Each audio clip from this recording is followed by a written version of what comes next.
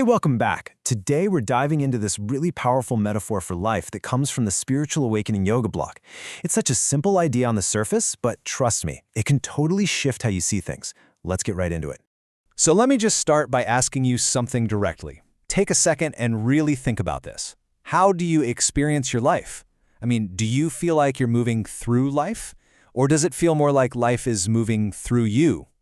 Just hang on to that thought for a minute. Okay, to help us explore that question, we're going to start with an image. Picture a river, a huge, powerful river that is just constantly, unstoppably flowing. This river is life itself. It's always moving, always changing. Now, with that river in your mind, let's look at probably the most common way we tend to see ourselves in it. It's a perspective I think you'll find pretty familiar. Think about it like this, right? You're a passenger on a big boat. You're on the river, but you're not in it. You're watching the scenery, the banks, everything just kind of drift by. You're separate from the water. You're an observer passing through. Sound familiar?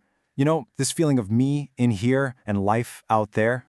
In that perspective, it makes a lot of sense, right? But the idea we're exploring today invites us to challenge that. What if being a separate passenger isn't the whole story? What if there's a totally different, maybe more fundamental, way to understand who we are? And that brings us to the absolute core of this whole thing. It's a huge shift in perspective, a real game changer in how we see ourselves and that river of life. So, here it is. Instead of being a passenger on the boat, imagine that you are a whirlpool in the river. You see the difference there? It's huge. One is separate, just an observer watching it all go by. The other, the whirlpool, is a direct expression of the river itself.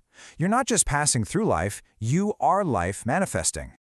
Okay, so I'm a whirlpool. What does that even mean for you and me? This is where the metaphor gets really deep and starts to tell us some pretty profound things about our own nature. First off, a whirlpool isn't some random thing that just gets dropped into the water. No way. It comes directly from the river's own currents, its own energy, its own dynamics. Just like you aren't separate from the universe. You are a natural expression of it, arising from the flow of everything. And this is the most important part. The water that's spinning around, making up that whirlpool, it's the exact same water as the rest of the river. There's literally no separation. So that means the very stuff you're made of is the stuff of life that's flowing all around you and right through you. This also gives us a beautiful way to look at our own lives, doesn't it?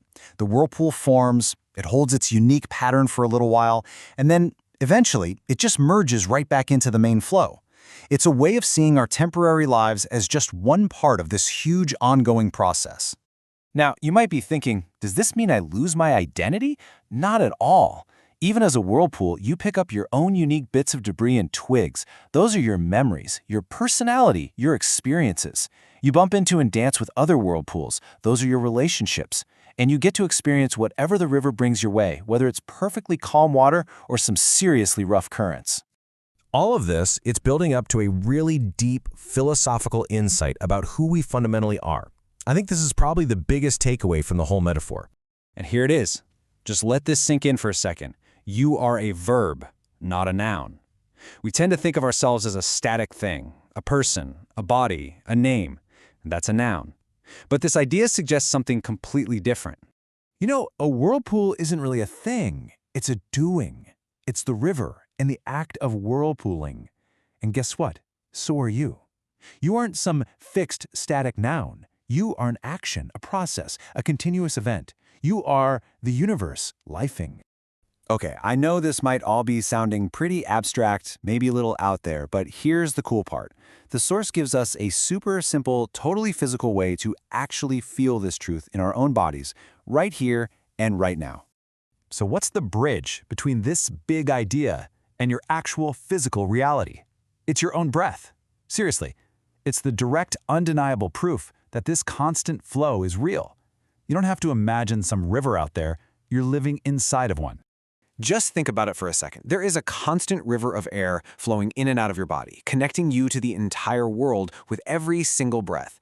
And at the same time, inside of you, there's a constant river of blood flowing, keeping you alive. These aren't static things. They're non-stop processes. You are a flow.